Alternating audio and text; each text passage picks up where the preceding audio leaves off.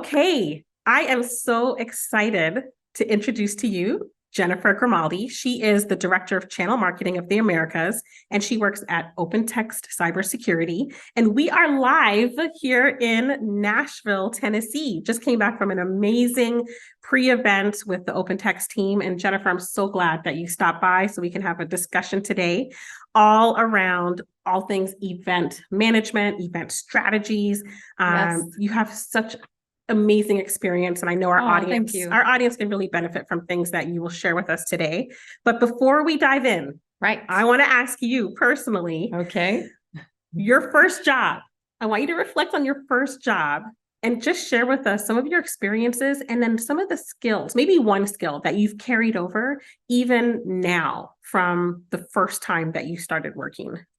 Yeah. So when I was young, I started my career as a hostess in an Italian restaurant. Oh. And I think everybody should have a turn at being in a service industry of some sort, working with the customers, working with the public. And that is where it all started for me. And ever since then, I've always had a very service-oriented outlook. Customers always first, customers always right, and give them what they need and make them happy at all costs. So That's kind of the mindset I've always had since a young person. I can see that. That's really, I know I really can. Even with your internal teams, I can really see that you do have that mindset. I think that's awesome. Thank you. So since we're sitting here at an event, I think this is ironic. I love the fact that we're actually here at a live event. I want you to think back in your channel career. The first event, if you can recall, maybe it's not the first one, but one early on that you went to, what was it like, and any memorable moments that you can share with the audience? Sure. So in the early 2000s, I worked for a skincare manufacturer for a short period of time and helped start a day spa back in the days when the day spas were popping up all over the place. And we had the opportunity to go to a skincare industry trade show. So it was in Vegas, and it was manufacturers of all skincare type of products. Mm-hmm. So I just remembered being like really impressed by all the different products and all of the different, it was the who's who of skincare manufacturers. So all the big names were there, and I was very impressed. And I took a truckload of skincare samples with me, and it was very impressive to me. Wow. Nice. What an amazing introduction, actually. Yeah, it was neat. No, that's great. So, as we think about events, and I know it's obviously, it's somewhat cliche. We've talked about the pandemic for 3 years now. Has it been? It's about 3 years. I think so. Oh my goodness. Yeah. Okay. So obviously it has changed the way we do business. And as I think of events, it absolutely has just changed the landscape for the good. I don't think it's all bad. No, I think it's actually good. But there's a few things. I want to read off a couple statements that have been made. As a result of the pandemic, we really have focused on trying to make our events more meaningful. Right. We really do appreciate the attendees more and just the content that we share. But I want to read a few statements and just get your feedback, your reaction. There's no right or wrong answer, but just what is your personal opinion? So the first one that we've heard, according to studies that have been done, people want less sales pitches and deeper education. Do you agree? I agree across the board. Mm-hmm. And you don't have to know that you're being pitched to, even if it's it's more of an educational value-based conversation with your partners and your customers. Totally agree. What about the element of surprise? So they want to be surprised and hopefully learn something important that they did not know prior to engaging with.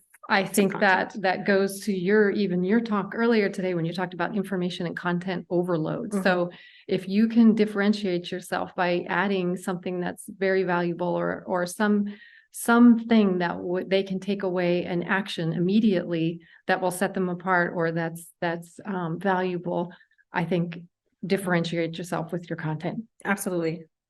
What about talking heads and death by PowerPoint? And I know we just came from a session where we did have a lot of PowerPoint and talking heads. Like how do we balance it though? Again, information overload. So you have to have fun in your events. I think events have gotten formal and sometimes they're stiff, and we need to get back to having fun again and interacting. We're interacting in person. Let's make it fun. Right. And cut down on the amount of slides and cut down on the amount of content on your slides. So Right. make them very visual. Your slides were fantastic. They were very visual. Your stats were enormous on screen. Mhm. And it was a very simple cut down on the number of slides, and you'll have people and have a conversation with them, connect with them. Right. A picture is worth 1,000 words. It is. Right. Yeah. So truly. maybe incorporating that into our presentations. What about, obviously they come to these events, they want to learn, they want to meet the expert who actually does understand their businesses and needs. Like, how do you leverage that at events like this? I think you plan ahead. Mhm. And because if you want your subject matter experts out in the field with you, Mhm. they're busy. They're Mhm. busy people, and Mhm. engage them, bring them into the conversation. Mhm. Today, we had our product experts with us in the room. We Right. had our product marketing people in the room, and we had our threat research analysts in the room with us too. Right. And those are fan favorites. Yes. Every single time we bring them out on the road. But respect their time and engage with them early on, because schedules are busy, but Right. definitely the more you can get them out in the field, the better. Absolutely. There's nothing like having experts in the room Yes. and they are accessible. They're you know, accessible. They're accessible. Yes. I think that's really important. Another way you can really stand out. What about though, now with the pandemic, we obviously have to turn to virtual events. And so now with the pandemic over, now we're talking about offering a hybrid event, because people did get used to the virtual event. That was actually pretty cool. But people still want face-to-face. So how do you balance the two? To someone who's planning events, what should they do as it relates to the online audience and the face-to-face audience? That's tricky, because when you have a hybrid event, it's tricky to execute because there's people in the room, there's chatter in the room, and it's hard to get the feed just right and make sure. I mean, technology is evolving, but it's not Right. perfect. So Right. I would actually steer clear of hybrid events in general. It's either in person or it's not, but maybe adding a virtual component or having content accessible after for on-demand download. That's brilliant. I was going to ask you about that actually. Like, what do you think? Like, do we have content and handouts on the table, or is that something that's going to be sent to them, right? As a follow-up? Yeah, there's a commitment if you're going to an in-person event that Mhm. makes it a little bit more exclusive. And travel budgets are tightening. So yes, there's different ways to do it, but I would say maybe not try to make one event all things to all people. Right. And even like with sustainability being a huge focus right now, I think that goes in hand when being really conscious of what we are providing to the attendees. Right. If we can email it, let's email it. Because oftentimes a lot of the not the swag, I think people still like swag. I want to ask you a question about that. But I've seen where handouts and things like that just ends up in the trash. So I think a balance and definitely providing that during the follow-up. But let's talk about swag. Do you remember back in the day, the conferences we would go to and the type of swag we would receive and how that's really changed? I feel like it's shifted. Now we're giving things that are just, you can use, right? Oh man, I have so much swag from back in the day. It's hilarious. I know, and it's hard to get rid of them. And that's the point of it, right? I just moved a big box of them. But what's your take on swag? I think swag is alive and well, Mhm. and I think that it should continue, actually. There's a sustainability issue maybe, but I feel like maybe we can cut down on the amount of swag that we send and be selective and offer more premium swag. People really do Yes. love gifts. Yes. And they love brands that they associate with wearing those logos. And we've got backpacks here at our boardrooms in Nashville, right here on the table as we speak. Right. So I think swag is alive and well. Maybe more sustainably sourced swag and recyclable materials when you do your swag. But I do think it's alive and well. Yeah. No, that's great. I think so. People love to receive free things. And then They for the parents in the audience, come on, the kids are waiting to receive something when you return home. So why not? Why not? So let's transition now into just the different types of events, right? There's plenty there. And there's the virtual, there's the in-person. But if you were going to communicate to channel marketers today, like the top 3 events based on your experience, what areas should they be focusing on to connect with their partners? That's a good question. I actually do categorize my events into 3 different types. So I call them OpenText owned events. Mhm. And then I call them partner-led events, or events that we do with partners. The Mhm. OpenText owned events would be those roadshows like we did this morning, a pre-event that's just our partners that we actually host and own. And then there is the industry events. Mhm. And so those are the events where you go out on the road, like we're here at Exchange right now, and purchase a sponsorship. So those are the three types of events that we execute. That's good. That's great. And it really does diversify it as well. Regardless, I think what you're saying, though, it's important to get face to face with your partner community. Most definitely. How then do you measure success? What are some of those KPIs? Because that has definitely changed. I don't know about you. I did event management, and look, I had large budgets. It was for the biotech industry. And we're like, yeah, we just need a couple leads. Like, we're just so excited just to go. Right. We really did not do a good job of measuring success. And we spent so much money. That's not the case anymore. It's not the case anymore. And you have to be pretty tight with your approach and your execution of events. So, you know, obviously we're measuring leads and we're measuring bookings and opportunities that come out of events, but there are other intangibles that are a little bit tricky to manage. It's the awareness of your brand. It's the relationships that are either originated or repaired or continued when you're out on the road. Being in person with your partners is invaluable, and getting to know prospective customers is also invaluable. People do business with people. Yes, that's my favorite line. Thank you for saying that. But no, you're right. You're right.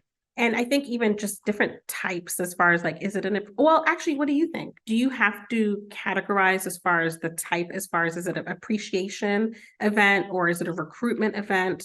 Well, is there a difference? There is a difference. Back to my three categories of, like, if it's an OpenText owned event, oftentimes those will be partner already appreciation or retention type of events. Right. Otherwise, you know, when we're doing trade shows with industry events, a lot of times those are recruitment focused, even though you will see your partners there. Of course. They're recruitment focused. Yeah. And I would also recommend being very deliberate about your calls to action or your CTAs. What is it that you want people to do? Are you giving prizes in order to get them to fill out a form or a trial? What action do you want people to take? And make that very clear. Yes. And hit it home again and again and again, because of those touch points. Like, they will do what you ask them to do, but you have to make it very, very clear. Oh man, that's so true. Definitely communicate what they're going to get on the other side of it. And you're right. Always think of what behavior are you trying to drive. That's right. You know, that way you then come across organized, you have a purpose, and they notice. They know if you're just doing things and it's their time. So we have to be careful that we're spending it wisely. But let's flip to webinars. So digital only events where you're offering some sort of webinar. I know OpenText definitely takes advantage of that. Yes. It's to fill a knowledge gap. Do you foresee that continuing in 2024? I do. And beyond. I do. I absolutely do. And I think more and more people are wanting, again, it's competitive out there. There's information overload. And if you can continue, it's continuing education, basically. And if you can set yourself apart and become an expert and stay ahead of not only the technology, but the landscape, especially in cybersecurity, you have to stay ahead of it. And so educating yourself, customers are loving those boot camp style, deep technical dives into the technology and to how to better run their business, whether it's technical or saving money or how to automate with AI, how to automate work streams. People need to understand how to set themselves apart, and they're very, very interested in that information. Yeah, absolutely. They're hungry for it, and it's still, you still have that captive audience. So yes, I don't see it going anywhere for a while. What about hybrid events? So is it necessary to still offer both? How do you approach that? I think that we talked about this earlier, but I guess my take on it is, I don't think that we should offer hybrid events. I think they should be in person or virtual Mhm. and not necessarily a mix of both. Oh, interesting. That's Okay. my take.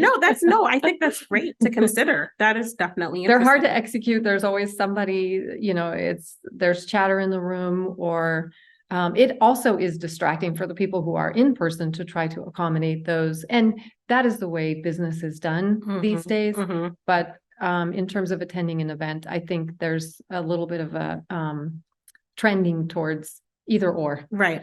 No, that's good. That's actually I appreciate that point of view for sure. All right. So if you wanted to leave just one more thing with our audience as it relates to creating event strategies and execution, what would it be? Good question. I think my number one is consider your budget. Budgets are getting cut, travel Yes. budgets are getting cut. Can you have all the people that you want attend an event? Who's needed? What's their role? And what is your budget? So consider items like logistics and shipping to the event. Consider what's going to cost to build your booth. Are you Yes. doing a custom booth? Consider swag. Swag can add up, and how much are you going to need to hand out? And Mhm. so I would consider the overall budget, not just buying a sponsorship. That's one portion of your budget. Mhm. So consider the whole picture and really do a good job ahead of time budgeting out your event. Right. And I would also say, and I touched on this earlier, schedule your SMEs and your subject matter experts early in the process, engage them, practice with them, work on their presentations with them. And they will talk about, you'll find in most cases, they'll talk about what you want them to talk about. Right. Right. So work with them on what's the best story to take out to the market. Right. That's great. And then playing off of their strengths and what they're passionate about. That's I right. think that's going to be important. That's right. Talk to us about sponsorships and how to be strategic Mhm. in taking advantage of sponsorships. That's a great question. I think we evaluate events on a regular basis, and sometimes it's, have we done this event before, and would we like to sponsor it again, and at what level? Mhm. So thinking about an event, was it successful in the past? How many times have we done it? Did we get ROI from it? So Mhm. that's kind of one criteria. Do we have a good relationship with this vendor? Mhm. Do we have do we have staff to cover this? How many different events do we have coverage in this quarter? There's so many different factors into choosing an event to sponsor. Right. And I think there should be a lot of thought and strategy into selecting your sponsorships. Absolutely. Yeah. Well, I want to wish you the best. I Thank know you. this is like it's not even day one. And I know you all are going to be busy, but I honestly wish you all the best. I think Yeah. you do a phenomenal job of just event management. And you can see that the attendees appreciate the content that you all bring to the table. And I think that's extremely important. So I wish you all the best, and stop by Thank you. anytime you want to be on the CMC podcast. Please stop by. Very Happy good. to have you. Thank you for having me. Thank you.